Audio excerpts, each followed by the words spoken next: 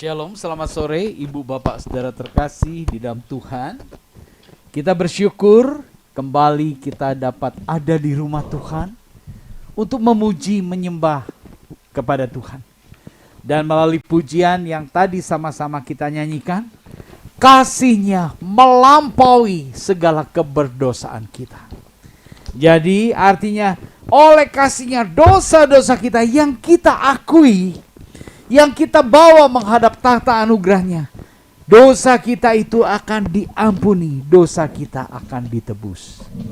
Puji syukur kepada Tuhan, itu satu pujian yang sangat baik sekali, yang perlu kita betul-betul pahami syair demi syair, dan itu menjadi satu kekuatan bagi kita semua. Nah, pada petang hari ini kita akan merenungkan satu tema yang berjudul, mungkinkah Dia Kristus itu? Ini judul tapi bentuknya pertanyaan.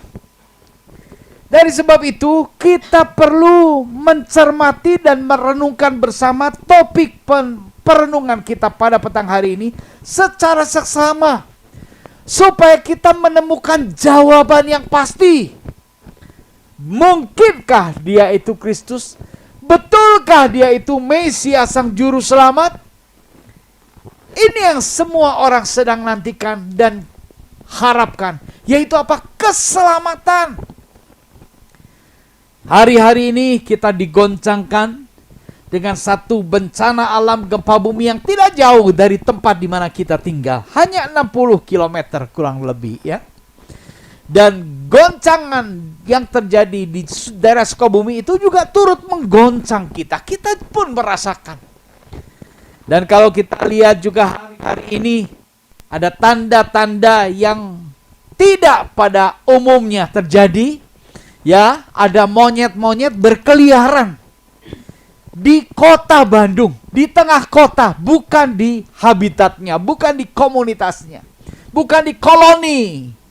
Monyet-monyet berada, tetapi sekarang monyet-monyet ada di kota, ada di Dago, ya, ada di Antapani, dan banyak berita itu. Ini menjadi perenungan bagi kita, apakah itu membawa tanda-tanda yang perlu kita tanggapi dengan serius? Ya, itu menjadi perenungan bagi kita semua. Berasal atau bersumber dari berita-berita yang menggentarkan kita ini, maka kita memerlukan kepastian tentang keselamatan kita. Orang sedang cari selamat sekarang. Bagaimana cari selamat? Kalau gempa bumi bagaimana ya? Kita lari kemana? Ada yang ngomong ke kolong ranjang, ke kolong meja. Ya kalau mejanya dimakan rayap, ranjangnya dimakan rayap, percuma. Malah ketika kita dievakuasi dicari malah nggak ketemu karena kita ngumpet sendiri. Banyak hal yang kita sedang pikirkan, apa ya? Oh, persiapkan surat-surat penting di dalam satu tas. Kalau ada gempa bumi kita bawa tas, kita lari. Banyak orang berpikir tentang cara menyelamatkan diri. Tetapi pada petang hari ini kita mau lihat, ya, satu tawaran yang Yesus berikan kepada seorang wanita Samaria. Tawaran ini tawaran yang sangat luar biasa. Coba kita akan lihat, ya.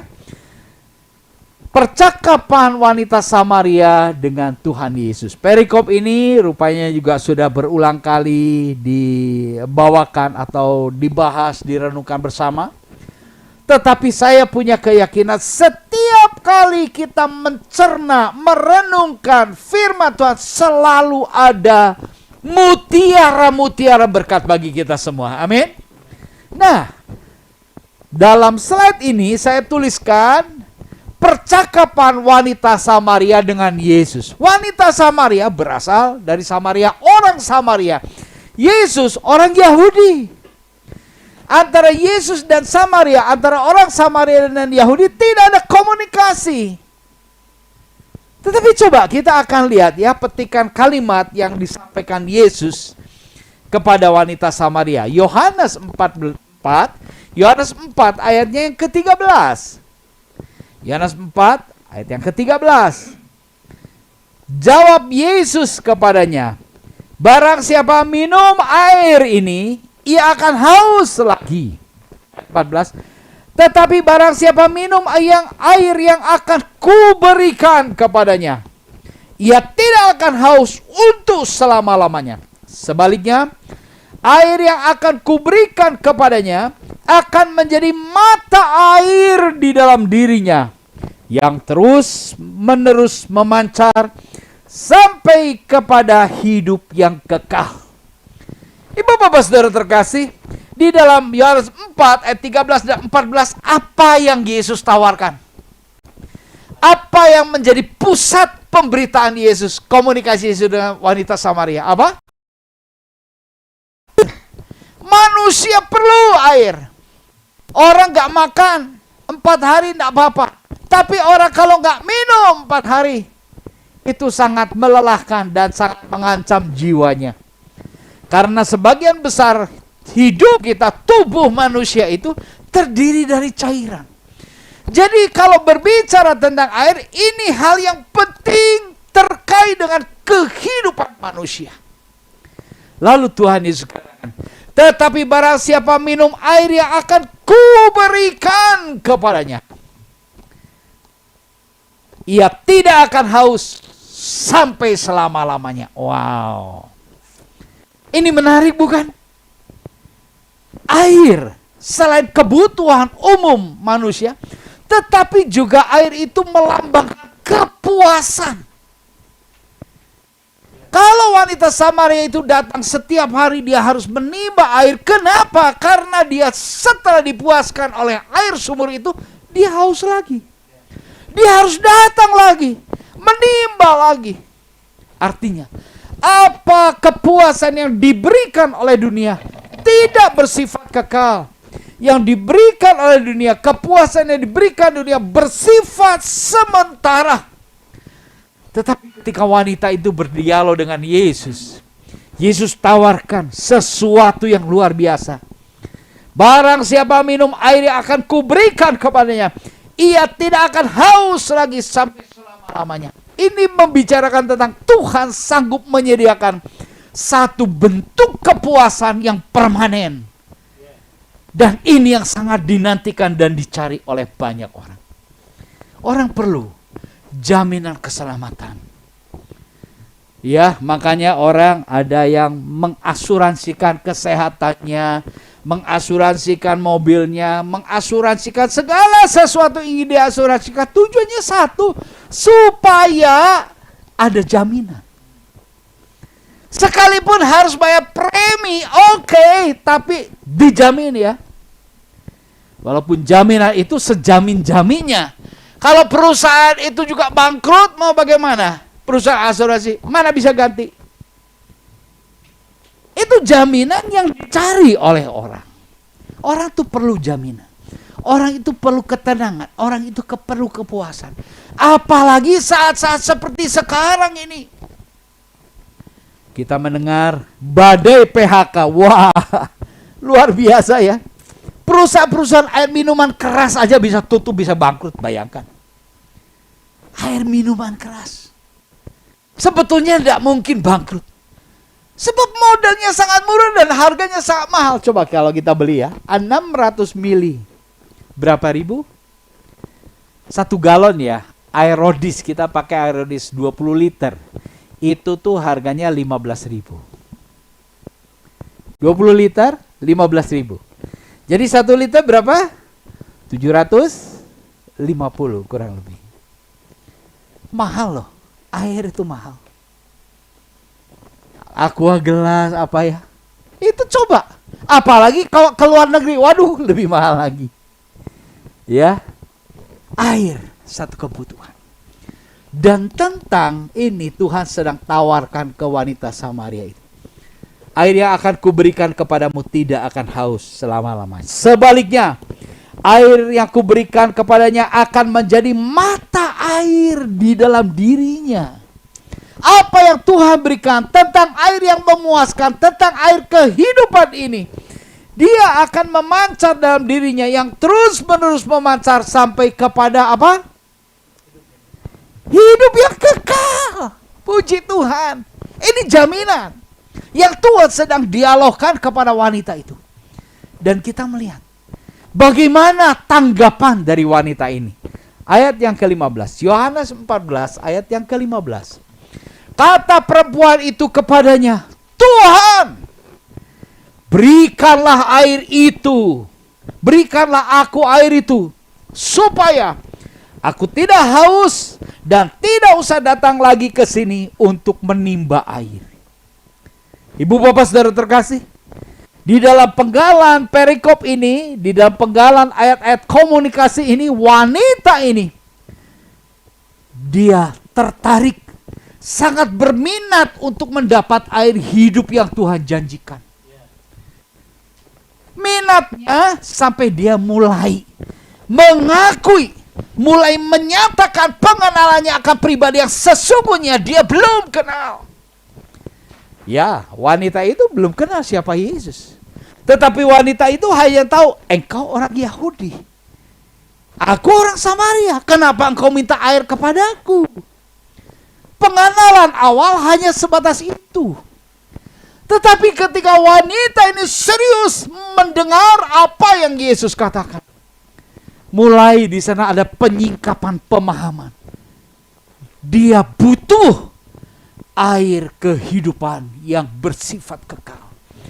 Kepuasan, air kepuasan yang memberikan kepuasan yang bersifat kekal. Manusia cari kepuasan dalam dunia ini tidak memperoleh. Tetapi ada kepuasan, air kehidupan yang Tuhan berikan, yang sanggup berikan kepuasan. Dan wanita ini sadar, aku perlu air itu. Mulai dia menyapa, engkau adalah Tuhan. Engkau adalah Tuhan. Engkau bukan hanya orang Yahudi manusia biasa, tetapi engkau adalah Tuhan. Saya tuliskan sana, wanita itu percaya akan perkataan Yesus. Ibu bapak saudara terkasih, dengar. Makin banyak orang mendengarkan berita firman Tuhan, makin timbul iman percayanya. Ini kebenarannya, ini idealnya. Tetapi makin banyak kita dengar firman Tuhan, kalau kita tidak bertumbuh iman, ini ada dua hal yang harus kita cerna. Mungkin firman Tuhan itu salah, atau kita mendengar secara tidak konsisten, secara tidak terbuka, sehingga firman itu tidak memberikan jawaban dan dampak. Tetapi ketika wanita Samaria ini berjumpa dengan Yesus dan dia tawarkan, aku memberikan air kehidupan yang memuaskanmu, maka wanita itu percaya akan perkataan Yesus. Kita lihat di dalam Yohanes 4 ayat yang ke-16, slide berikutnya. Yohanes 4 ayat yang ke-16, kata Yesus kepadanya, pergi, panggillah suamimu dan datang kemari. Ini dialog ya, namanya dialog. Ketika wanita itu minta air kehidupan itu, Tuhan Yesus juga meminta, pergi, panggil suamimu dan datang ke sini. Ibu bapak saudara terkasih, kenapa Tuhan Yesus panggil anakmu, panggil saudara-saudaramu, bawa tempayan yang banyak untuk datang kemari? Kenapa tidak katakan demikian? Tetapi Tuhan berkata, pergi, panggillah suamimu dan datang ke sini. Hubungan suami, perkara suami bagi manusia, bagi wanita itu adalah masalah yang terbesar. Itulah masalah yang Tuhan katakan, bawa masalah, bawa suamimu datang kemari. Kalau engkau mau mendapat air kehidupan, engkau mau mendapat kepuasan yang sejati, bawa datang dosamu, masalah terbesarmu kepadaku. Ini yang sedang Tuhan kalimatkan dalam komunikasi tersebut. Di dalam ayat 17, Yohanes 4 ayat 17, kata perempuan itu, aku tidak mempunyai suami. Dia jujur. dia mulai jujur. Wanita ini berbicara kepada Tuhan secara jujur. Kenapa dia bisa percaya berkata jujur kepada Tuhan? Karena dia merespon apa yang firman Tuhan sampaikan. Ibu bapak saudara terkasih, dampak pertama ketika seseorang mendengar firman Tuhan dan terbuka terhadap firman Tuhan, dia mulai berani jujur di hadapan Tuhan. Ini respon yang harus kita alami. Kalau kita dengar firman Tuhan, itu mah bukan buat saya, itu buat orang lain, itu pertanda Anda sedang dengan begitu keras menyikapi firman Tuhan. Tetapi jika kita membuka hati terhadap firman Tuhan itu menegur. Firman Tuhan itu mengkoreksi. Dan anehnya wanita ini berkata jujur kepada pribadi yang baru dia kenal. Yang dia akui sebagai Tuhan. Aku tidak punya suami, kata Yesus kepadanya. Tepat katamu bahwa engkau tidak mempunyai suami. Sebab engkau sudah mempunyai 5 suami, dan yang ada sekarang padamu bukanlah suamimu. Dalam hal ini engkau berkata benar. Ibu bapak saudara terkasih, di sini Tuhan sedang menyatakan kemahatauannya di hadapan wanita itu. Engkau mau mendapat air kehidupan? Engkau harus tahu dan engkau harus berani membawa permasalahanmu yang sesungguhnya.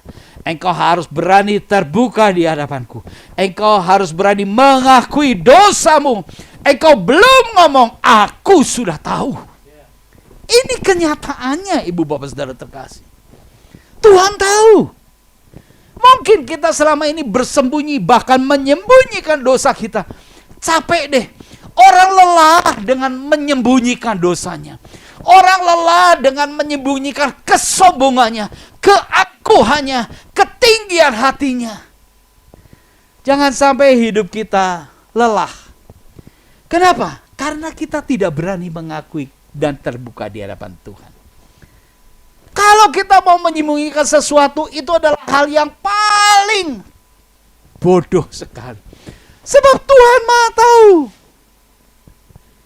Dan ketika wanita itu berkata, aku tidak punya suami, Tuhan sambung dengan kalimat, tepat katamu bahwa engkau tidak punya suami. Bahkan Tuhan bicara dengan detail. 5 suami engkau pernah punya. Dan yang sekarang yang ke-6 itu pun bukan suamimu. Wow. Tuhan tahu secara detail. Tuhan tahu permasalahan begitu besar. Wanita ini bicara secara global. Aku tidak punya suami. Tetapi Tuhan tahu secara detail. Engkau punya 5 suami. Dan yang sekarang bersamamu itu pun bukan suamimu. Dalam hal ini engkau berkata benar. Di sini wanita itu terbuka. Di sini wanita itu makin yakin bahwa benar apa yang dia katakan, dia sanggup memberi air kehidupan. Dia adalah Tuhan. Dia adalah pribadi yang betul-betul punya kesanggupan dan kuasa memberi air kehidupan. Di dalam Yohanes 4 ayat yang ke-19. Kata perempuan itu kepadanya, Tuhan, nyata sekarang padaku bahwa engkau adalah seorang nabi. Tetap dia menyebut dia sebagai Tuhan. Nyata sekarang padaku. Dia melihat Yesus dengan nyata sebagai Tuhan. Karena dia merasakan apa yang Tuhan nyatakan atas dirinya adalah bukti kemahatauan Tuhan. Yesus orang Yahudi, wanita orang ini orang Samaria. Tidak ada komunikasi. Tetapi kok dia orang yang tidak pernah komunikasi, tidak tahu siapa diriku, ternyata dia maha tahu. Dan tahu secara detail kesalahanku. Dia tahu secara detail masalahku. Maka wanita ini katakan, nyata sekarang kepadaku. Berarti ada penyingkapan. Ada pemahaman yang lebih dalam lagi. Ibu bapak saudara terkasih, makin banyak kita merenungkan firman Tuhan, mendengar firman Tuhan, harusnya makin banyak penyingkapan rahasia firman Tuhan itu yang kita peroleh, yang kita miliki. Sehingga kita makin yakin, makin mengenal. Engkau seorang nabi, engkau seorang utusan Allah. Saya tuliskan sana, sadar akan dosanya dan mengakui Yesus sebagai Tuhan yang maha. Ini satu fase yang juga kita harus alami dan lalui. Ya, kita harus alami fase-fase di dalam pengiringan kepada Tuhan, supaya kita mengalami pertumbuhan di dalam Tuhan. Sebagaimana layaknya kita sebagai seorang pelajar mengalami satu fase. Oh, aku waktu SD begini. Oh, waktu SMP begini. Oh, waktu SMA begini. Oh, waktu kuliah begini. Fase-fase itu membawa kepada kita menjadi satu peningkatan demi peningkatan. Inilah tanda ajaran yang Yesus sampaikan untuk membawa kita makin meningkat di dalam pengenalan akan Yesus.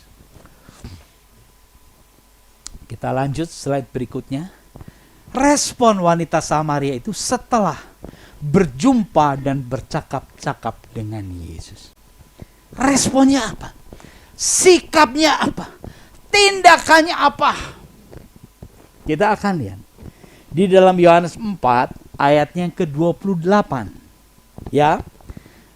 Maka perempuan itu meninggalkan tempayannya di situ, lalu pergi ke kota dan berkata kepada orang-orang yang di situ, "Mari, lihat, di sana ada seorang yang mengatakan kepadaku segala sesuatu yang telah kuperbuat.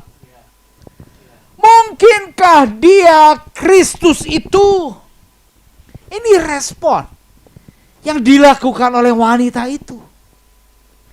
Dia meninggalkan tempayannya ketika Yesus berkomunikasi dengan murid-muridnya. Lalu dia pergi.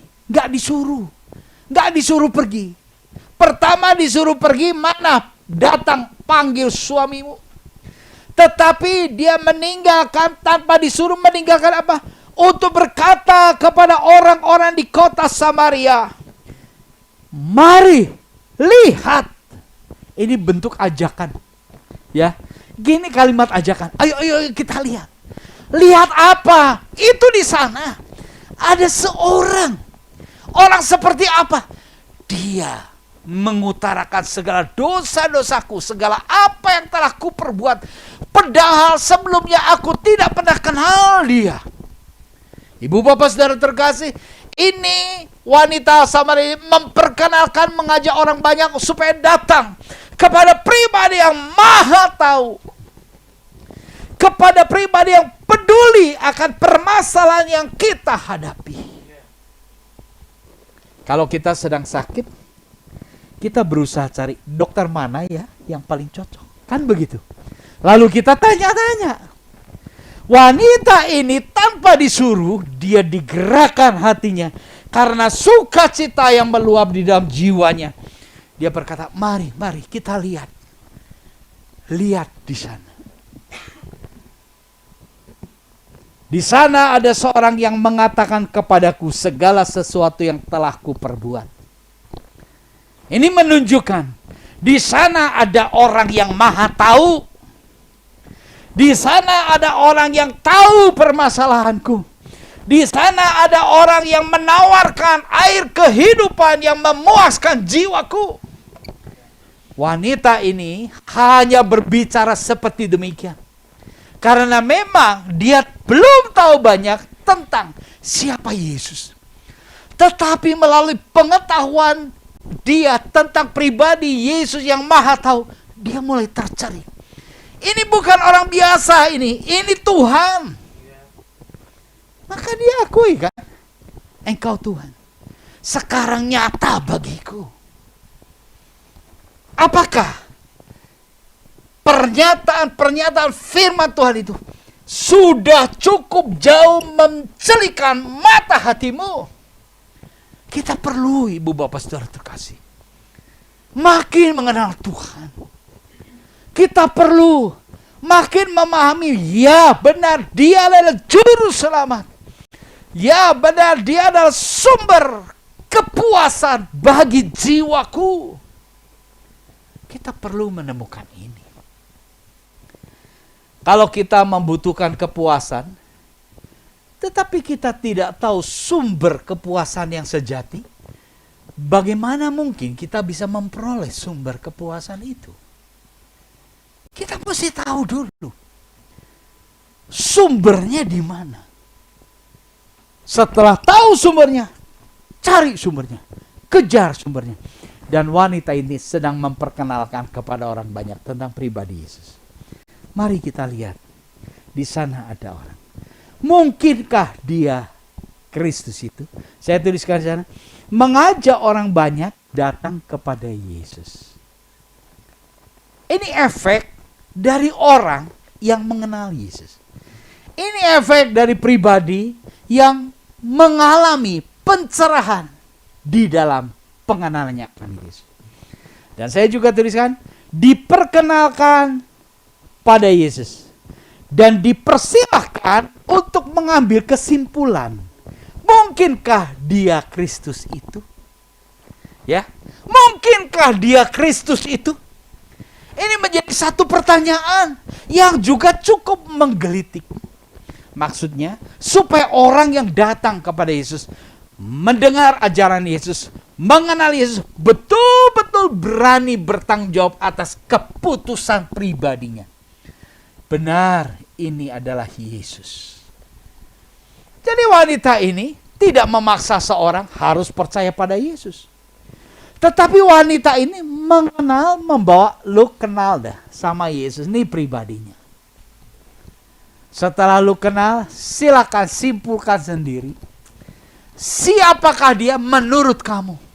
Ini pun pernah pertanyaan Tuhan kepada murid-muridnya. Kata orang, siapakah aku ini? Lalu murid-muridnya jawab, engkau adalah Nabi, Yohanes, Elia, dan pokoknya utusan daripada Allah. Lalu bagaimana? Menurut kamu siapakah aku? Menurut kamu siapakah aku?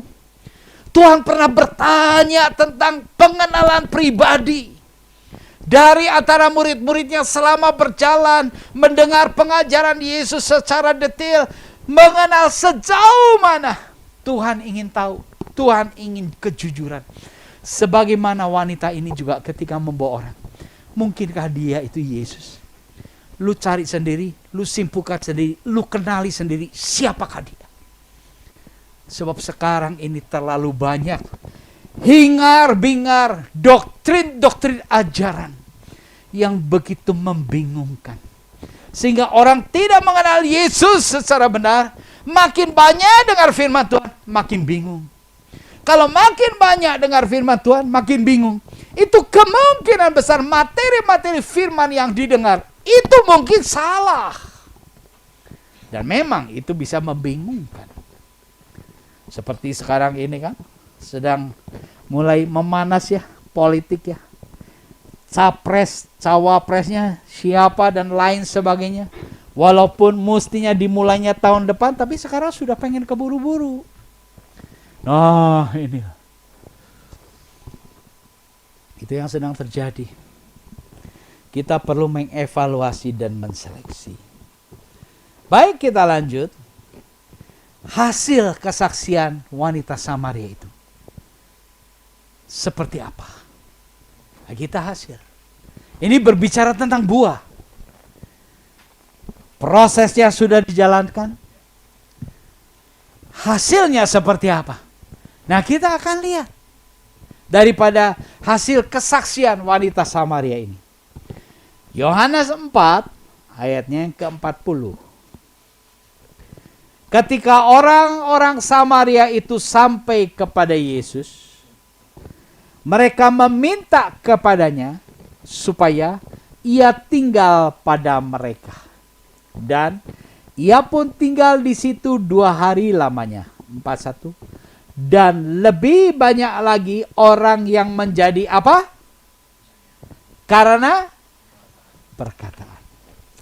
Ini hasil kesaksian daripada seorang yang tadinya tidak mengenal Yesus.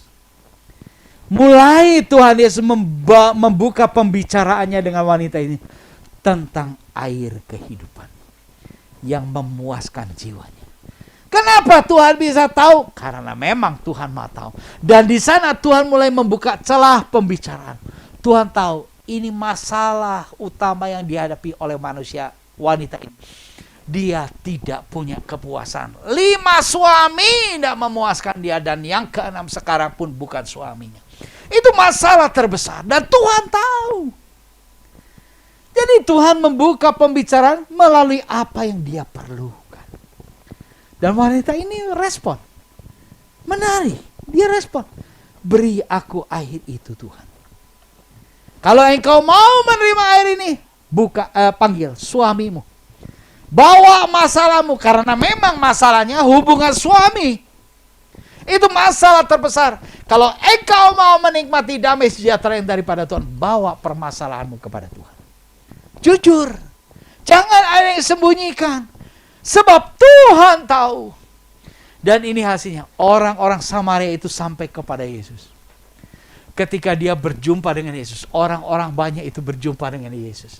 Mereka, orang banyak itu menyimpulkan, mengambil satu kesimpulan dan memutuskan supaya mereka meminta kepadanya, kepada Yesus, supaya ia tinggal pada mereka. Ini keputusan, betul ya? Ini keputusannya.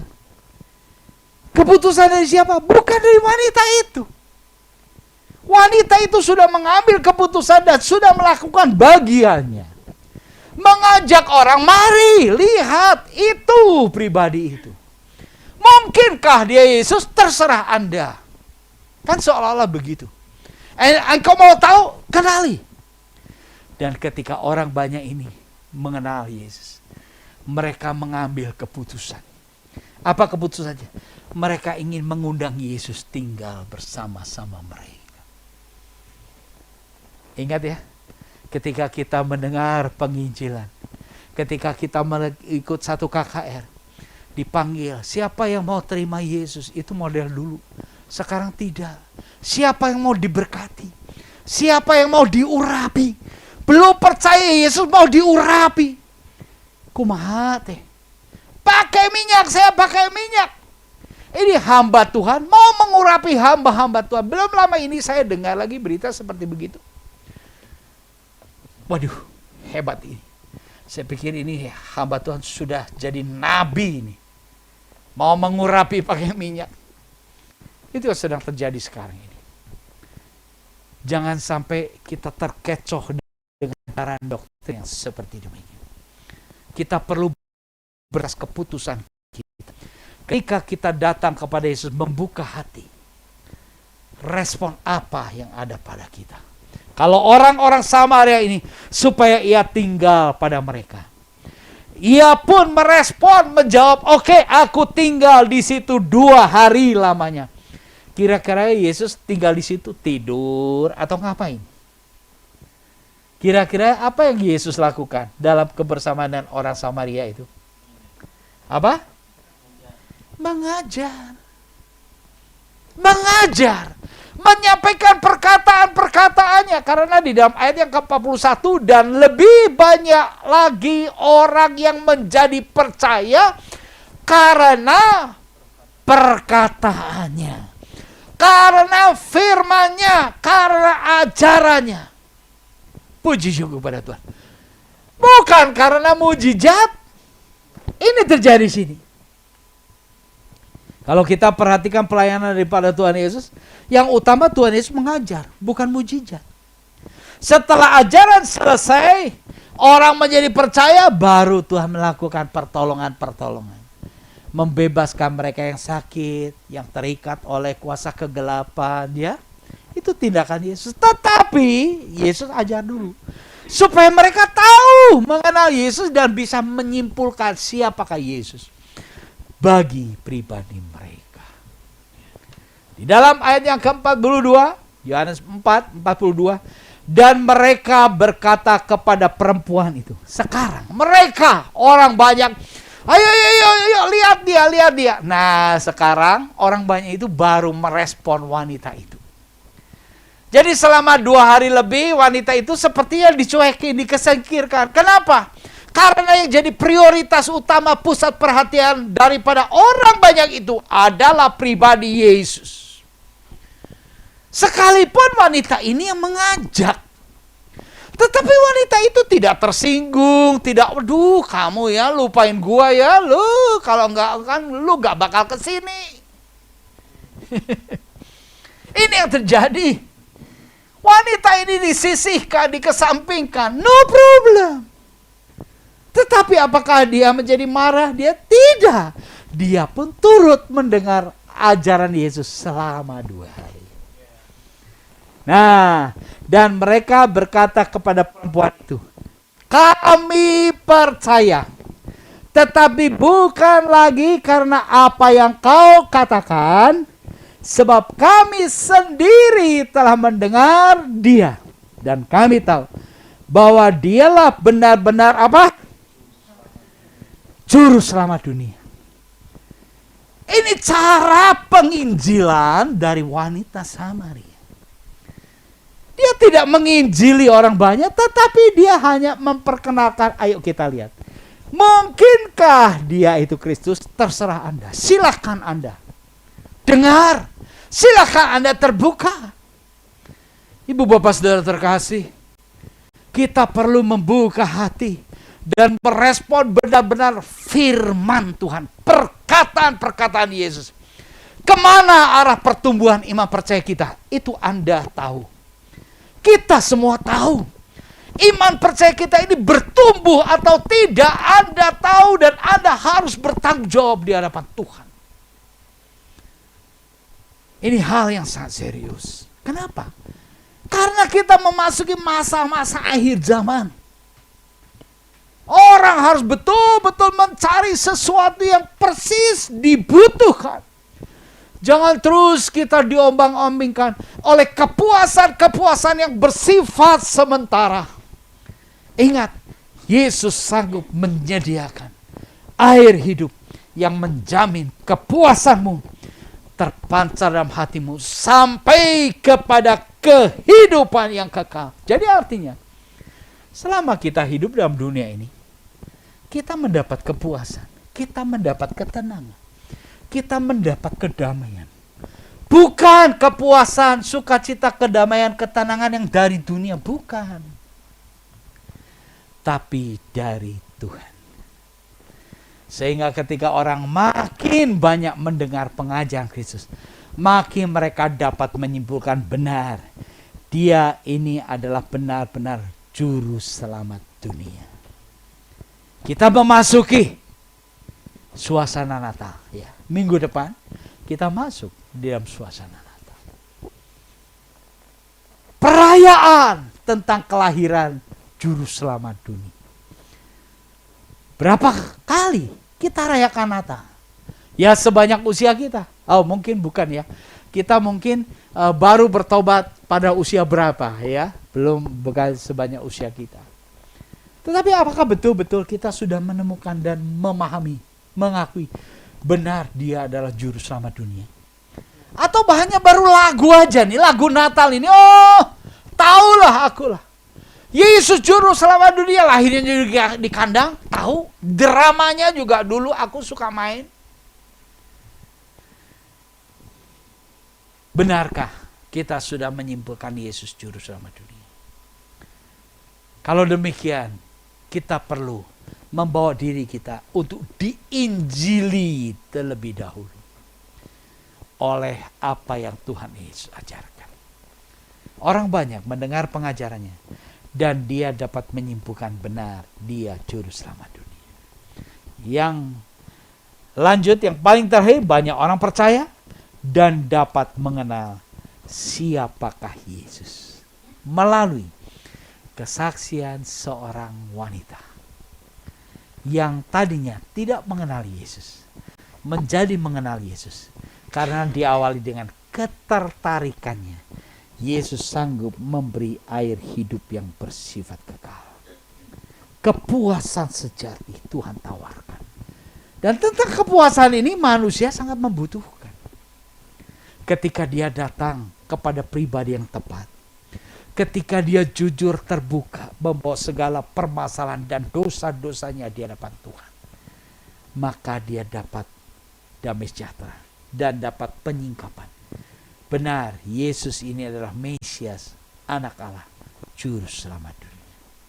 Biarlah Ibu Bapak Saudara terkasih, renungan firman Tuhan yang kita sama-sama dengar ini memberkati dan menjadi kekuatan bagi kita semua. Tuhan memberkati. Amin.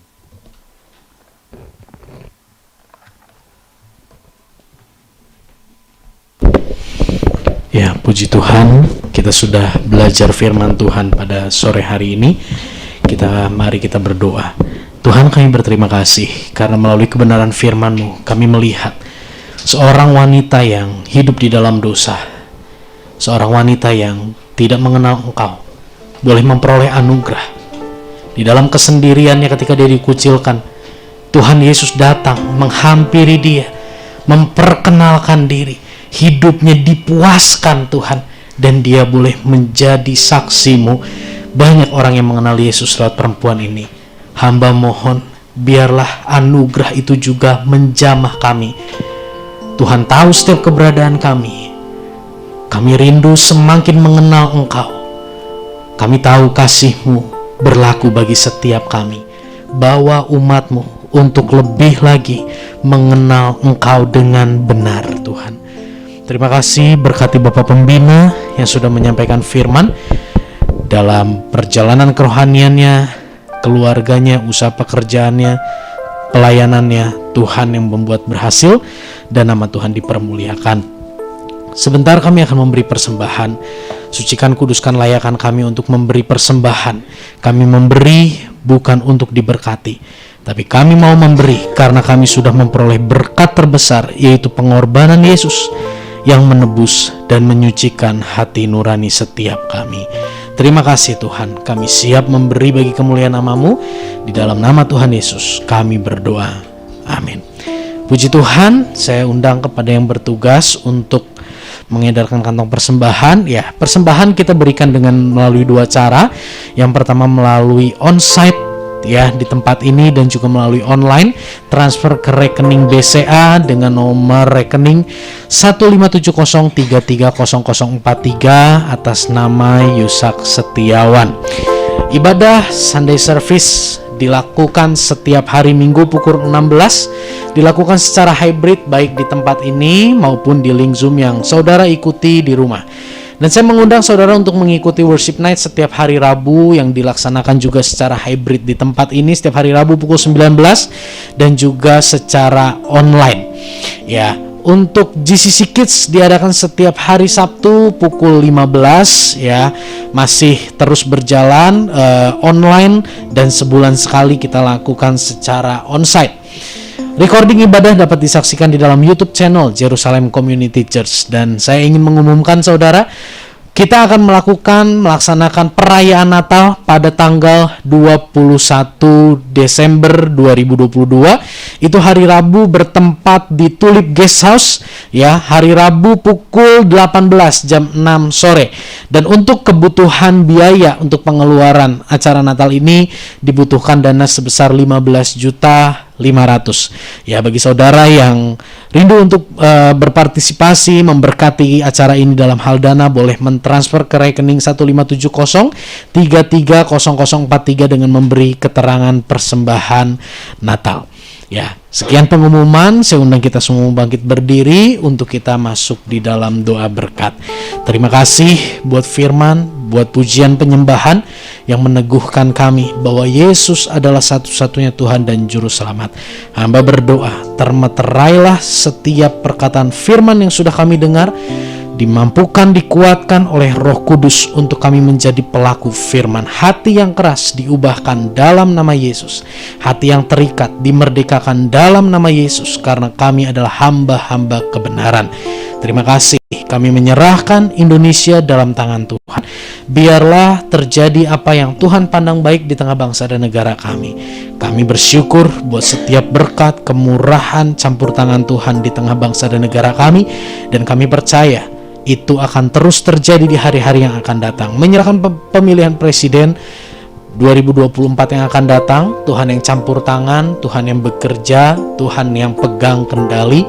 Tetapkan pemimpin yang berasal daripada Tuhan. Setiap keputusan yang mau diambil oleh pemerintahan Indonesia, Tuhan yang tuntun, campur tangan. Setiap agenda-agenda, Tuhan yang pegang kendali.